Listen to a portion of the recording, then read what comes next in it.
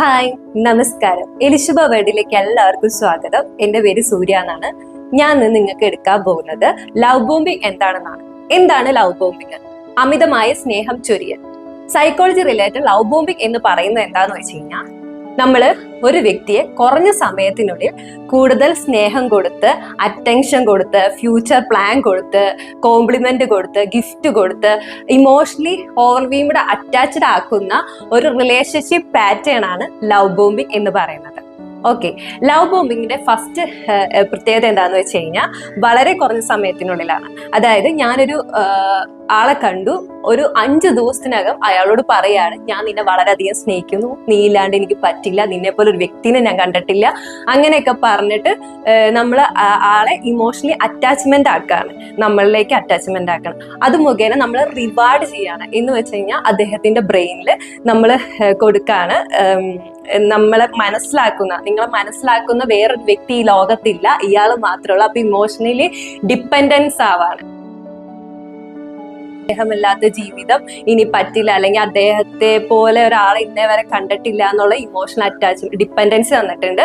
പിന്നീട് നമ്മുടെ ഇവര് ഹോട്ട് ആൻഡ് കോൾഡ് പാറ്റേണിലേക്ക് മാറ്റും. എന്ന് വെച്ച് കഴിഞ്ഞാൽ, മുമ്പത്തെ ഒരു സ്നേഹം തരുന്നു, പിന്നീട് വിഡ്രോവൽ ആകുന്നു, ബാക്കോട്ടേക്ക് വലിയുന്നു, ആ സ്നേഹം പണ്ടത്തെ പോലെ തരുന്നില്ല, പിന്നെ വീണ്ടും തരുന്നു. അങ്ങനെ ഒരു പാറ്റേണിലേക്ക് മാറ്റുന്നതിന് മൂലം നമ്മളുടെ ചിന്തയിൽ വരും, മുന്നുണ്ടായ സ്നേഹം അദ്ദേഹത്തിന് ഇപ്പൊ ഇല്ലല്ലോ, പക്ഷെ നമ്മളത് റിവാർഡ് തന്നിരിക്കുന്ന കാരണം നമ്മളത് ഇനിയും അത് കിട്ടും എന്ന് പ്രതീക്ഷിച്ച് പഴയ പോലെ അദ്ദേഹം ആകുമെന്ന് വിചാരിച്ച് വീണ്ടും ആൻസൈറ്റി, അറ്റൻഷൻ ഒക്കെ നമ്മൾ തേടുന്നു.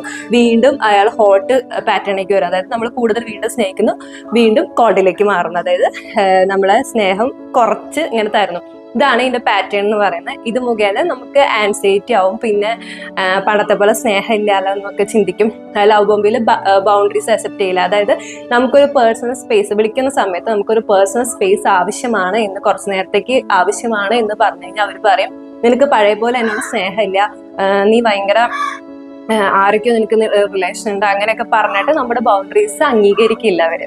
അപ്പൊ ഒരു ഹെൽത്തി റിലേഷൻഷിപ്പ് അല്ല ഇത്.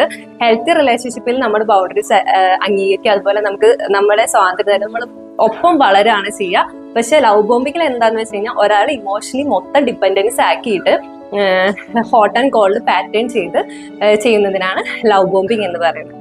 ഓക്കെ, ഇന്നത്തെ ക്ലാസ് കഴിഞ്ഞു. അടുത്ത ക്ലാസ്സുമായി വരുമ്പോഴേക്ക് ബൈ ബൈ.